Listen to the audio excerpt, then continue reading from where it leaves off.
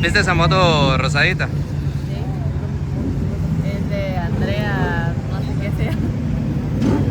Hoy me traje la cámara porque quería hacer un cachito de videos más elaborados, pero aquí no adivinen qué. No trajo la batería. Dejé cargando esa onda y no se la puse.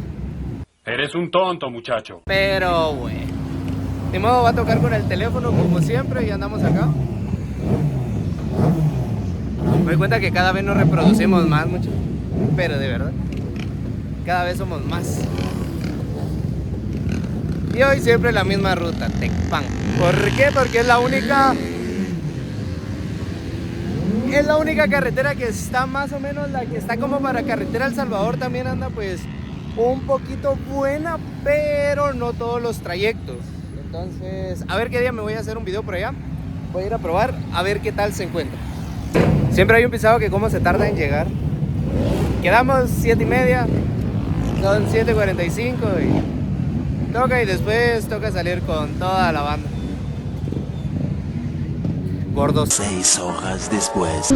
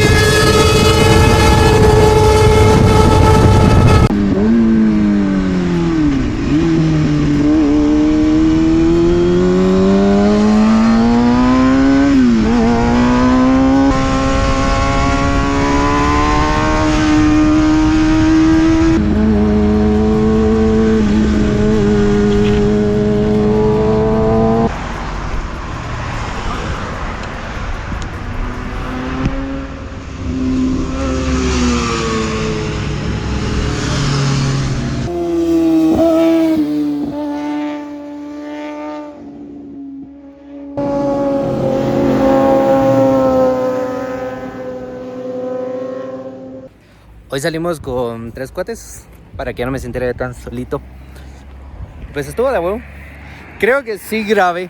Creo. El día de hoy no sé qué me está pasando con las cámaras, pero espero sí haber sacado más de alguito. Volvimos a venir a Ladrillo de Fuego porque está rico. Está rico, la verdad, no les voy a echar paja. Está bueno, está barato, te atienden bien y todo. Y pues nada. Ahí vean las moticos. Ahí les voy a bajar un par de tomitas. En donde le ofrezcan mesa a los cascos, ahí es. Qué buen servicio. ¿No crees que es muy temprano? Es domingo. Ah.